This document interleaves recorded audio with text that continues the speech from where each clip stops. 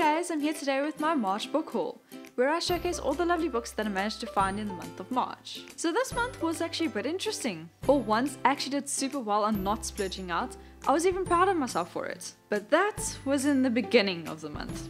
I should have known better. So my pile originally looked like this, whereas now it kinda looks like this. It's huge and basically my size. What did I do? I was close, so close to living up to my goal of not buying too many books. But books! How can you say no? Now what happened is I got all my books in the beginning of the month, which I usually do. It was just a few, so no problem, right? But then, towards the middle of the month, I went back to my hometown. Now I have no understanding of this, but somehow this super small town has better bookstores than the freaking city. Why?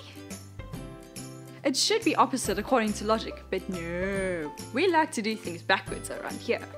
So I ended up stopping at the bookstore and naturally my pile doubled. The first books I picked up were A Storm of Swords by George R.R. Martin.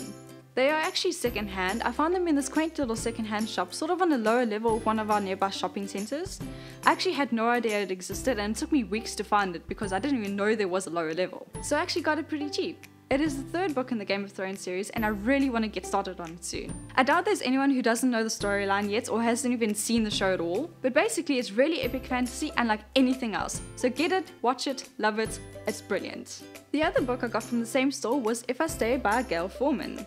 I've heard a lot about this book floating around the internet, so when I saw it for about the quarter of the price that it usually is, I grabbed it. From what I can tell, this is a really sad book. I'm really looking forward to getting into this. Gail's writing has been highly praised. It has also been a really long time since I've read anything like this. I'm probably going to cry my eyes out when I read this, but luckily it's a short book, so it'll only be one afternoon of sadness, I hope. I don't know, I've been told that there's a really bad cliffhanger at the end of this book, so it may stick with me a bit longer. Along with the other two, I got Deja Dead by Kathy Reichs.